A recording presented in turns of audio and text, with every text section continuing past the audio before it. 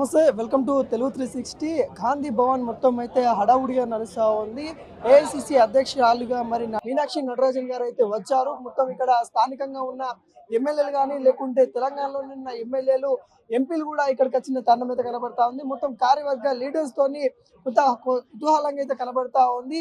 రాహుల్ గాంధీ మెచ్చిన లీడర్ అని కూడా చెప్తా ఉన్నారు. దీపాదశి నుంచి తర్వాత ఎవరు వస్తారు, ఇన్ఛార్జ్ని ఎవరు నియమిస్తారని కూడా కొంత ఆందోళన చేసిన నేపథ్యంలో కూడా మరి నటరాజన్ మీనాక్షి గారు అయితే రావడం అయితే జరిగింది. ఈ రోజు కూడా ఇక్కడ వాతావరణ పెను మార్పులు కూడా వస్తూ ఉన్నట్టు కూడా తెలుస్తా ఉంది. ఇక్కడ ఫ్లెక్సీలకు సంబంధించి కానీ అదేవిధంగా ఇక్కడ ఏవైతే తనకు అభిమానం తెలపడానికి ఎవరైనా వస్తారో వాళ్ళకి ఏ రూపమైన ఇక్కడ ఫ్లెక్సీలు కట్టద్దు, అదేవిధంగా బ్యానర్లు కానీ ఏవైతే బొకేలు కానీ అవన్నీ ఇవ్వద్దు అన్నట్టు కూడా ఆకాంక్షలతో కూడిన మరి ఇక్కడ ప్రోగ్రామ్ జరుగుతూ ఉన్నట్టు కూడా మనకైతే కనబడతా ఉంది. ఇక్కడికి ఎమ్మెల్యేలు మొత్తము ఎంపీలు కూడా మొత్తానికి ఇక్కడికి వచ్చిన తరుణం అయితే కనబడతా ఉంది. ఇక్కడ మొత్తం గాంధీ భవనం కోలాహలంగా లీడర్స్ తోని నిండిపోయింది. మొత్తం ఆంక్షలతో కూడిన ఇక్కడ నడుస్తా ఉన్న సిచ్యువేషన్ అయితే కనబడతా ఉంది. మొత్తానికి ఇక్కడ ఈ ప్రాంగణంలో కూడా రావడానికి కూడా కొన్ని ఆంక్షలతో కూడిన పరిణామాలు అయితే కనబడతా ఉంది.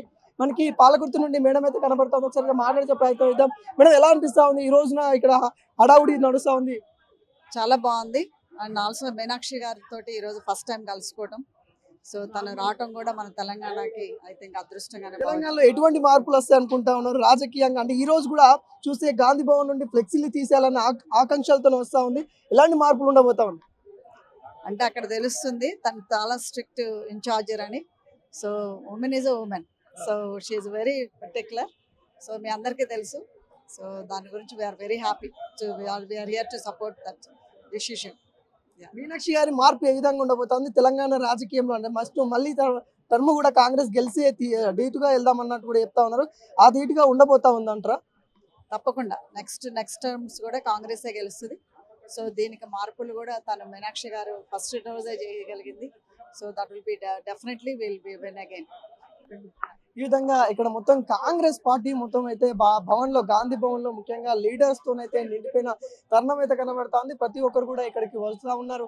ఎందుకంటే మీనాక్షి గారు కూడా, నటరాజన్ మీనాక్షి గారు కూడా, ఆమె గురించి మనం మాట్లాడుకున్నట్లయితే ఖచ్చితంగా రాహుల్ గాంధీ గారు మెచ్చిన లీడర్ అని కూడా చెప్పుకోవచ్చు. తన యొక్క మార్పు అనేది ఇక్కడ కనబడతా ఉంది. పొలిటికల్ మార్పు అంటే తెలంగాణలో కాంగ్రెస్ పార్టీ రాజకీయంలో కూడా పెను మార్పులు అయితే వస్తూ ఉన్నట్టు కూడా కనబడతా ఉంది. ఎందుకంటే తను వస్తూనే అంటే బాధ్యతలు స్వీకరించకంటే ముందే తనైతే ఆకాంక్షలు పెట్టిన సిచ్యువేషన్ అయితే కనబడతా ఉంది.